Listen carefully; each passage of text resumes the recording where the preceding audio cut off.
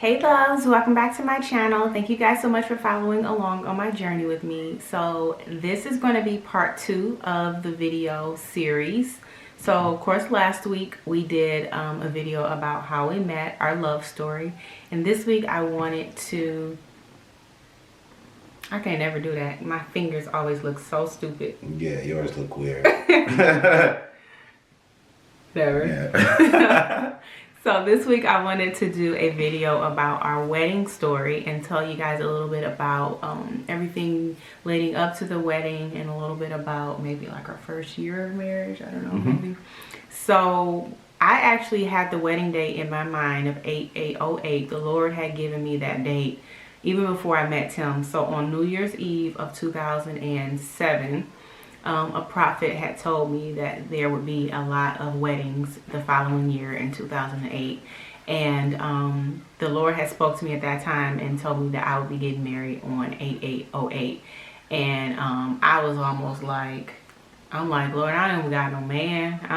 I was like, Mary, I know not a man. So yeah, the Lord had gave me the date. I didn't know Tim. I wasn't dating anybody. I wasn't courting anybody, and so of course, I told you guys about how we met in the last video, but we ended up meeting, getting engaged, and talking about planning our wedding. And so we both were like, you know what, we're gonna pray about a wedding date. I had already had the date in my mind, but of course I'm not gonna tell him like, oh, I already know my wedding date, you know, like that was some kind of psycho. So that would have been a little weird. So we both prayed about the date, and I was like, okay, Lord, I need you to confirm this date with him. Like if he comes back and says the same date or the same month, then I know that this is real. So now I'm gonna chime in there. So I did pray, and I was fasting, and you know, I wanted to make sure that I was hearing from the Lord. So while praying and fasting, the only thing that I heard was, and it didn't make sense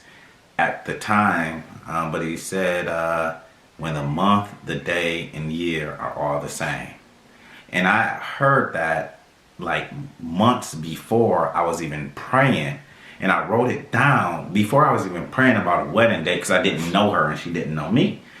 But when the month, the day, and the year are all the same. And so I knew something was going to happen, whether it was going to be July 7th, 2007, because this was in 2007, or August 8th, 2008, or September 9th, 2009. I knew something was going to happen when the month, the day, and the year were all together. So when after we met and I brought it back to her and we were praying and talking about a wedding date, right? I brought it back to you and I said, I heard something and I think that it's real. I think that this is it. I said, I heard when the month, day, and year are all the same. And she got like extremely quiet. And I didn't know why. But it was because you had already knew. You were just waiting for me to hear that confirmation, you know. So that was actually pretty interesting. That was pretty big for us. So that was our wedding day, 8/8/08. And we got married. Outside at the water. Actually, I wanted a destination wedding. Yeah, she did. But don't let people will change your mind. I was set on a destination wedding. I'm like, we're leaving all these people behind. We're going to do our own thing. Whatever, you know, my poor grandma, she's like, oh, but I won't be able to fly to wherever you were trying to go. So I ended up choosing a beautiful spot in Michigan. Thank you, Grandma. I chose a beautiful spot in Michigan. It was right on the water, and it was it was a beautiful day, and it was outside, and everybody was asking me like, well, do you have a backup plan? Because it was what August. If it rains? You know, like, what if it rains? And I'm like, no. It's August. What if it snows in Michigan? Like, no, it's not gonna rain. You know, and the day was perfect. The sun was out. It was blue cloud. Clouds, not blue. Blue skies. Blue sky. White clouds. I knew what you meant. I wasn't gonna say nothing. He got married, and he moved in with me. Oh yeah, that was the thing. Because why? So I moved in with her. So the promptings that you get, right? You have to follow them. I moved in with her because when we got married, I did not have a job. I did not have a car. and I technically did not have a place to live. I mean, now I sound like I was desperate. Like, well, I mean, it's the truth. Oh, and I didn't have no money. oh my God. I had faith. Okay, I had that mustard seed. Brand new faith. car. I had a nice apartment. Right. And a good job. And I had the thing was, we both were in school when we met and we wanted to both graduate. So we both graduated. You know, and it wasn't just like I was just like a bum. Like I had a job. I was a banker at the bank, but you know, after we got engaged, I was in school for IT, and that's what she was talking about. I graduated with some IT certifications, and she graduated with her bachelor's degree. And you know, so it wasn't like I was just like a bum. You know, I did have a job when we met, and when I proposed to her, I had a job. But then I felt a prompting again, and I felt in my spirit that it was really time for me to pursue my career, which had to be in IT. So I had to move away from the banking industry. Now that for me, that was the worst time possible. And he called me one day, like 2 months before our wedding, was like, ring was on her finger and everything. Like, the Lord told me to quit my job, and I was like, true story. Well, facts. Okay. Well, I guess if you feel the Lord told you need to do that, then I guess that's what you need to do. But that's how I knew you would ride with me, though. You know, because when I told you that the Lord said for me that this was a pivotal moment, and it wasn't about the things that we had planned or the things that we were doing. And mind you, the wedding, it was a balance on the wedding. We owed money. I still had stuff to pay for. We owed, yeah. And he was quitting his job, and which means he would probably get like one more check. It was one or two, but you know, so. You know, but we. But it's still when you had your hoopty too.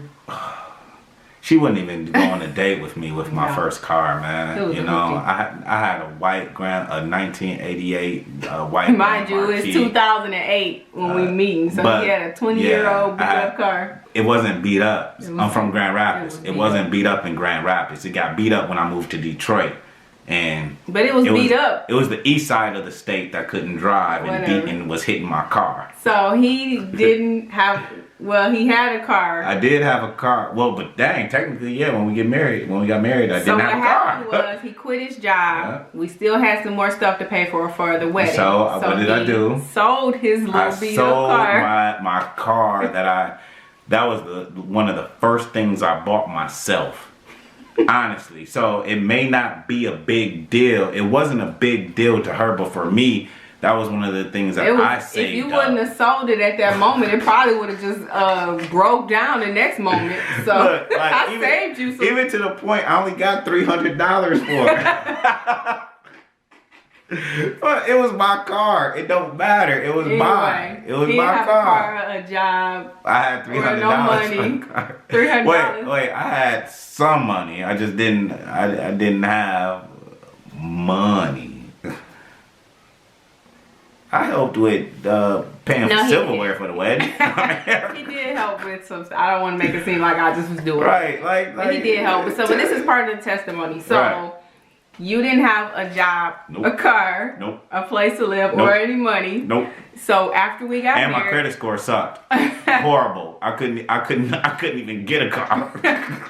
So after we got married, he moved into my apartment. Facts. And luckily, I worked from home at this time, so he was driving my car. Facts. This sounds so bad. Facts. True. Facts. So actually, we got married. Yeah. Everything, you know, we would still believe in God. Like, okay, you don't have no job, no money, no car, no nothing. But, wait. Y'all have to understand that when we got married, I did not have a job. But we are so blessed. When we went on our honeymoon, now matter of fact, my phone even sucked. I had an old school phone. I ain't even gonna tell you the company, but this is old school, like back in early 2000s, and it only worked in the Detroit area. That's all I'm gonna say, right? So we got married. I didn't have a job. We went on our honeymoon, and when we went on our honeymoon, we went to Florida, and my phone started ringing, and we were both shocked.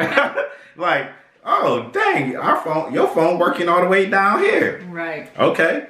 Picked it up, and it was a job offer. So a job that he'd never applied for. A job that I didn't even apply for. I had one of my previous instructors, Miss Wilson. I'm gonna call your name out.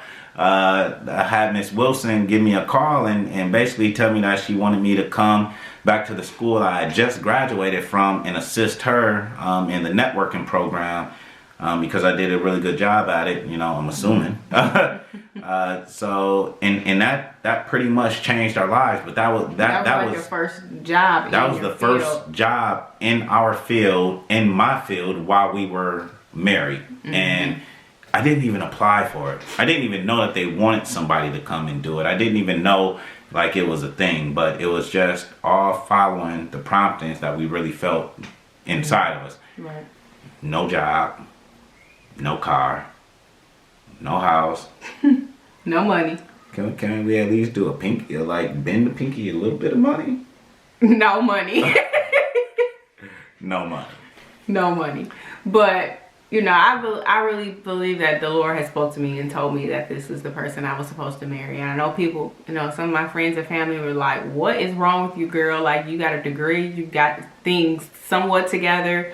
You know, I know he's a nice guy, but and cute. He ain't really got a lot to offer. Yeah. All I had was this. All you had was your Bill Cosby sweaters. Hey.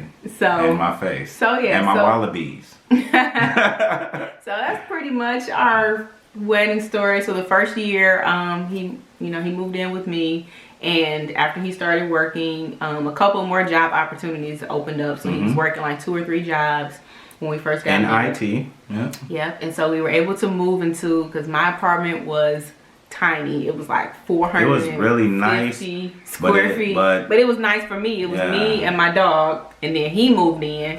And it just got even this much. And her dog let me know, like, dude, this ain't enough space for all of us. So after he was working his jobs and I was working, we were able to afford a nice little townhouse. And so we moved. And the rest is history. I mean, the Lord has really been blessing us. And we have just continuously just been elevated, and so I've since gotten a job. We've owned 2 houses previously to moving, and you know, my credit score is way better, and I actually have a car. And I actually don't work anymore. Now she doesn't have to work. Takes care of me. And so, well, you know, that's all a blessing. But it took for us to, you know, go through that, you know, even. We was broke. We were poor. Like poor. For real. Like we used to go to the grocery store.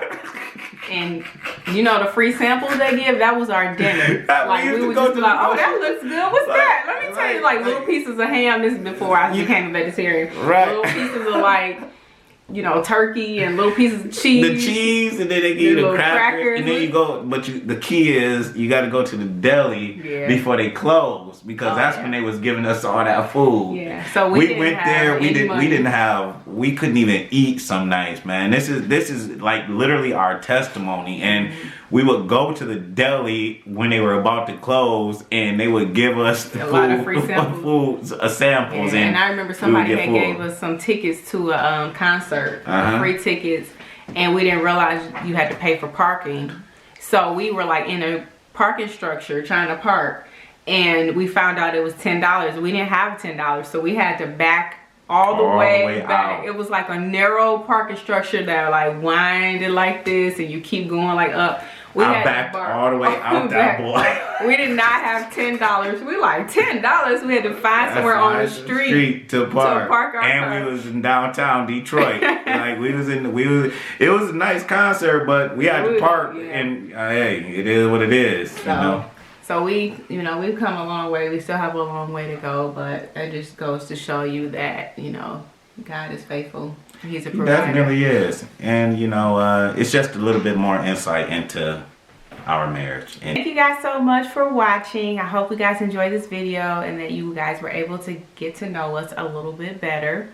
So I appreciate you guys following along on the journey, and I will be back next week with another update. So Alrighty, take care. See you soon. Bye.